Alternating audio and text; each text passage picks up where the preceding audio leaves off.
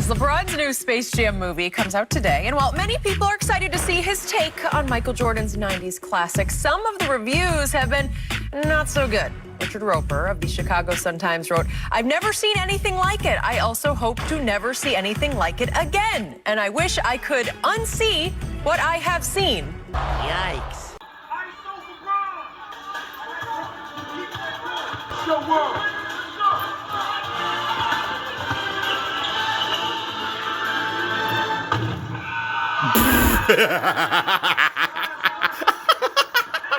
LeBrick. Taco Tuesday. We are back. And in all seriousness, the movie it's not bad. It's not horrible. It failed to do what I think it should have done. It was too much shit going on. Positives out of the way, because there's going to be like a good amount of negatives. I'm not even going to lie. I like how LeBron, he did a pretty good job of acting. There were some times where his acting seemed stiff or cumbersome, or the lines were delivered a little bit weird. He was like, "What you mean? I'm a bunch of fun. Hey, I'm a bunch of..." It's like they just seemed cardboard box, and they were delivered almost as if he was reading them a little bit. But then other scenes he did well. He seemed more alive, and he was able to be more organic. 1v1 act off to save the universe, I'd take LeBron over Jordan. It's about damn time. Do you realize that at 18, you have lived only 1/4 of your life? When you're using drugs, you're only cheating yourself out of the chance to find out who you really can be. Yeah, you see what I'm saying? You see what I'm saying? Yeah, that's the literal only thing that I can give him over Jordan.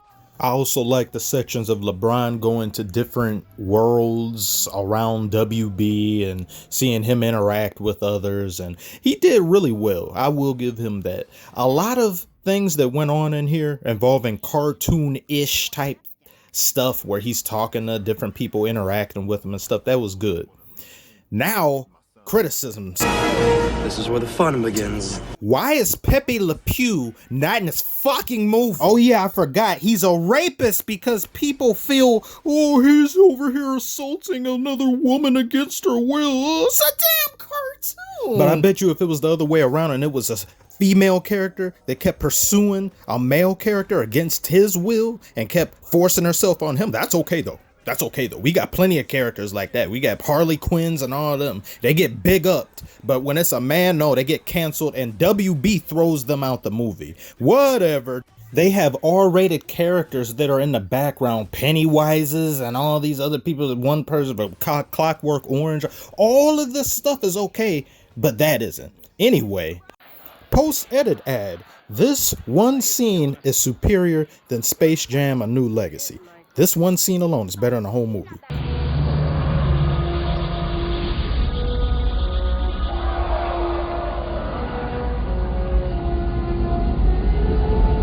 Do you hear that? You hear that music? Come on.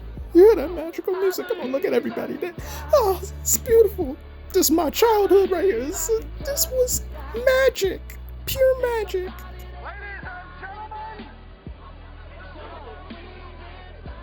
Michael Jordan. Look at him descend the stairs as Zeus himself. He's positively radiant. Absolutely beautiful. They are more amazed by Michael Jordan than a fucking alien spaceship. Unbelievable. I remember the plot of the original, and I'm going to complain because there are things in the original that this one does not do, and they are supposed to be the shared universe. They all acknowledge that the first one happened, but they don't do it directly. They just kind of do it ambiguously. But for some reason, they aren't real in this movie. They reside in a server. You guys existed in reality. It's just people didn't know you existed like that. But I guess they're in a computer now somehow, and then they don't explain that. So I'm like, okay, it's just a cartoon. You say, shut up. Don Cheadle is the primary antagonist in this movie. He's called Ali G Rhythm, or he's supposed to be the primary code maker of this thing, and his idea is to get LeBron to represent what he wants to do because he doesn't get credit and no one knows you exist. You're a fucking avatar. How are you people supposed to know you exist? I would have preferred if he was a real person. Why isn't he a real person in this movie?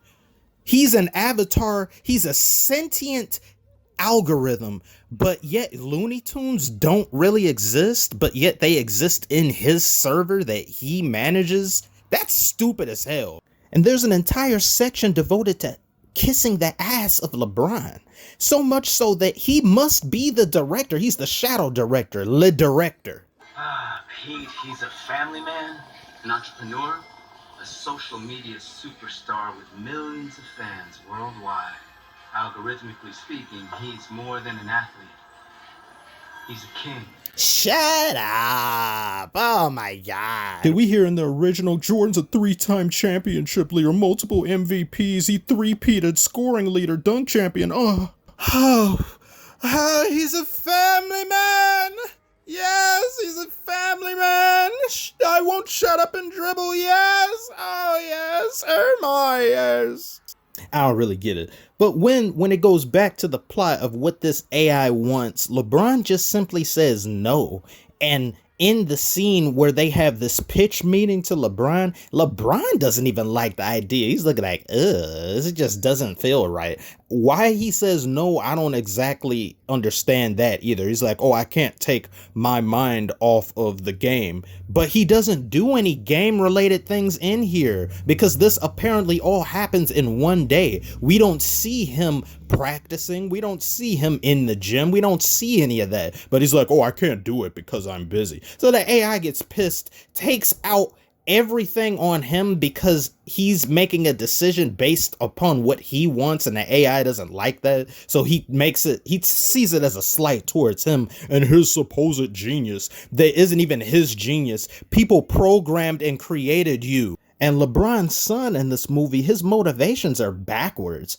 He's a game developer, creator. He made a video game, and it just so happens to look extremely damn complex. It's ridiculous. He's doing this all by himself with no other person. He made the game from the ground up. Okay. All right. Yeah, with no help, no anything else. But whatever, we get it. He's a genius or something. And then LeBron just is like, you got to get your head in the game. And then when they first start this argument or this type of animosity, he's playing on the court with his other brother and it's just some fun game. And then he kind of crosses brother over, spins, throws the ball up. But I guess he's doing too much or too flashy. And LeBron was like, what was that? I didn't teach you to do that like that. He's like, it's just a game. I'm like, yeah, it's just a fun game. Fuck you. What are you getting this angry for? Well, the plot has to plot, so we have to have some way to make some friction exist between the both of them, even though if it's forced and ham-fisted as hell. And it relates to the literal opening scenes of the movie where LeBron is a young kid, as you had just previously seen, but he's playing a video game on game day on the bench, and then his coach has to come over and be like, hey, put that game down. And I'm like, were you really playing a game on the bench? Really? That doesn't even make sense. And then he throws it away. It's like, boy, what the hell? You better get in that garbage and get that game. Jordan's story in the thing was he was practicing already and he was talking about what he's going to do to his dad. I'm going to be the first this. I'm going to be the first that. LeBron, what? So you're saying you wouldn't be LeBron if your coach didn't come here and tell you to put the damn game down? And the Game Boy was a gift from his friend. I'm like, what an asshole. I know it's yours once you get it, but damn, what a waste. And then LeBron's son also doesn't listen to him. He instead listens to the words of this AI guy over his actual father, just because he's a little upset. I was like, you have everything you could possibly need. You have two good things that you're really good at. I don't know which one to pick. I'm angry at you. Let me listen to words of a stranger. And when LeBron goes and tries to form this team, you see Justice League members and you see other characters that would be far better than Looney Tunes to get. And then he asks them, he's like, do you guys play any basketball? But then we don't see their answer. It just cuts. And then Bugs Bunny is like, you can't do that here. Like this some sort of a literal video game cannot do that now. So I'm like, I don't understand that. I don't get it. What? All right. So you're just going to use Looney Tunes instead of damn superheroes for whatever reason. And there's too much that happens after this. There's so many things that go on in the background. You can't focus in on the actual match. And then the match itself or the basketball game is basically foolery. foolery on a higher level than the previous one, because at least we got to see Jordan in the gym. We got to see him practicing. We got to see him on the court doing things. But because it's based around his son's game, then it's just a bunch of things where it's style points and all this and that. And there's a bunch of ticky-tack weird things where I'm like, okay, all right, so we're not actually playing real basketball here. And they have multiple montages of just nonsense. Like they break out a rap thing in the middle of the thing. Porky Pig does it. It's cool and funny. But then I'm like, how does that give them 300 points? Jordan and them had to literally claw their way back playing basketball, doing Looney Tune-like things, but still working by normal basketball point totals. 2 points here, 3 points here. Here you can get 300 points for doing a dab while hitting a three-pointer. Like, all right, okay, sure.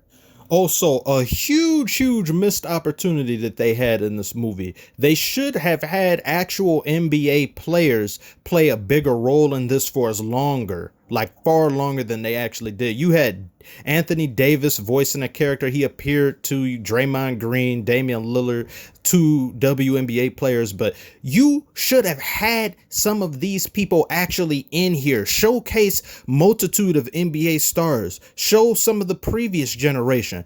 Curry should have been in this movie. Curry would have had some really funny jokes.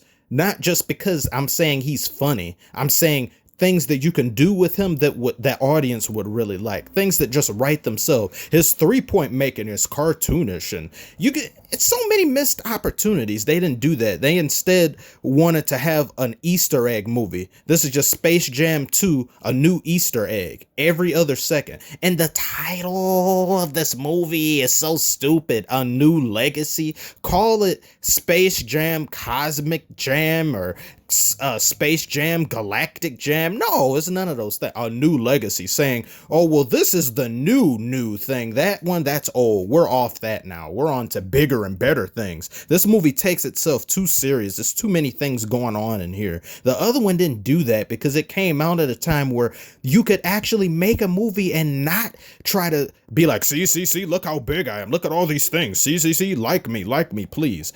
That's one of the main issues and crimes with this movie. The AI guy who's Don Cheeto, he just kind of gets defeated. I guess he kind of dies or he gets digitized or something.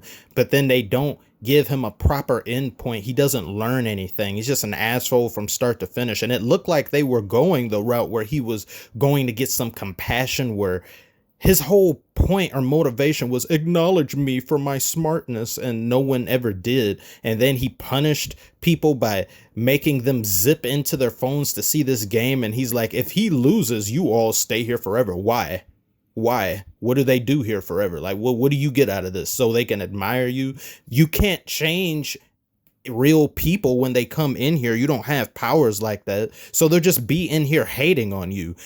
He just went out and didn't do anything. The LeBron and son thing got, I guess, rectified, but the manner in which it did, it was just strange. Bugs Bunny dies in here, but yet he comes back. He does a move that makes the game glitches out. And apparently when you do that, you get deleted, because the Sun's video game, when you did this move, you get deleted. And this final game is based off the Sun's game. Bugs Bunny just comes back into the real world and is somehow able to bring all the Looney Tunes out the server, even though they don't exist. So how did you do that? And why aren't you dead?